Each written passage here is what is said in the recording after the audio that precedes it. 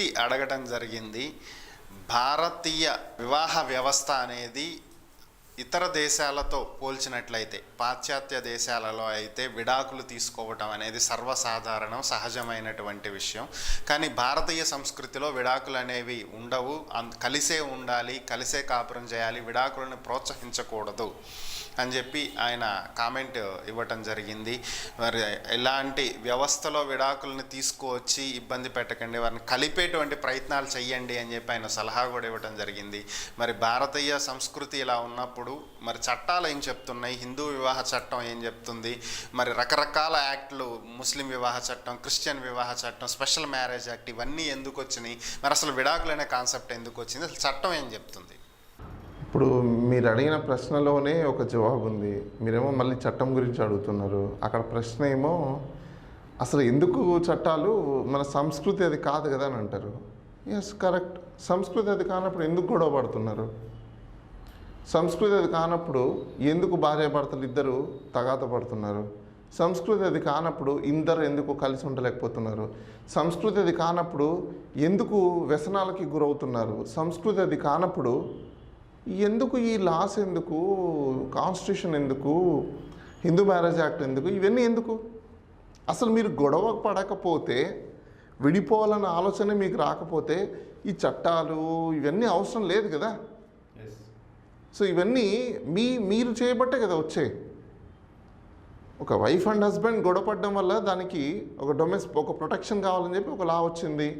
ఒక wife and husband గొడవ పడిన తర్వాత ఇద్దరు ఫిజికల్ డ్యామేజ్ చేసుకోవడం వల్ల ఇంకొక లా వచ్చింది. ఒక వైఫ్ అండ్ హస్బెండ్ విడిపోతున్నారు కాబట్టి అప్పుడున్న కొన్ని ప్రాబ్లమ్స్ వల్లనే ఇంకో లా వచ్చింది. అంటే ఇక్కడ లాస్ దేని మీద డిపెండ్ అయ్యి వచ్చాయి? మనం చేసే యాక్టివిటీస్ మీద డిపెండ్ అయ్యి వచ్చింది.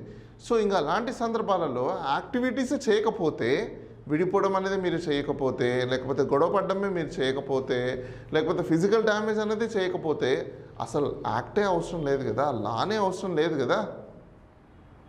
సో ఈ క్వశ్చన్కి ఆన్సర్ ఏంటి అంటే, సమాజంలో ఎవరు గొడవ పడకుండా, భార్యాభర్తలు ఎవరిని ద్వేషించుకోకుండా కలిసి ఉంటే అసలు చట్టాలు ఎక్కర్లేదు. సాధ్యమేనంటారా ఇది? మరి ఇప్పుడు అది మనుషుల మీద డిపెండ్ అయి ఉంటుంది. 90% భారతీయుల్లో మానసిక రోగులు ఎక్కువ ఉన్నారు.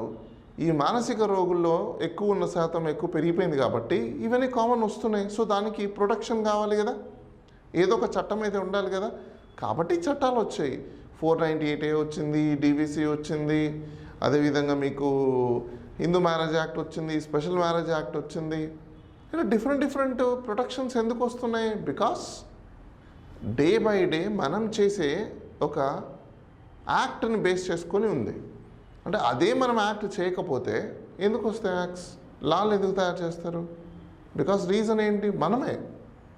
మనం మారినంత వరకు ఇవన్నీ మారాలనేది చాలా అసంభవం అండి. ఇప్పుడు మనం అనుకుంటున్నాం పాశ్చాత్య దేశాల నుంచి వచ్చాయి అని అంటున్నారు. ఓకే, మంచిది. మన దేశ సంస్కృతి అది కాదు, కలిసి ఉండాలి, పెళ్లి చేసుకున్న తర్వాత లైఫ్ లాంగ్ విడిపోకుండా ఉండాలి, అగ్రి అనుకోండి. మరి పాశ్చాత్య దేశాలలో ఆ కల్చర్ని ఎందుకు తీసుకుంటున్నారా? ఆ స్టైల్ని ఎందుకు తీసుకుంటున్నారు? ఆ యొక్క నాలెడ్జ్ని ఎందుకు తీసుకుంటున్నారు? ఏ రోజైతే మీరు తీసుకోవడం మొదలు పెట్టారో నథింగ్ బట్ దానికి సంబంధించిన కల్చర్ కూడా మీకు ఇంక్యుబేట్ అయిపోయినట్టే. సో మీరు తీసుకోవడం మానేయండి. వేరే కంట్రీతో మీరు అసలు కనెక్షన్సే పెట్టుకోకండి. దానికి సంబంధించిన ఏవి యూజ్ చేయకండి. ఓన్లీ భారతదేశానికి సంబంధించిన మాత్రమే యూజ్ చేయండి. అలాంటప్పుడు ప్రాబ్లమే లేదు కదా.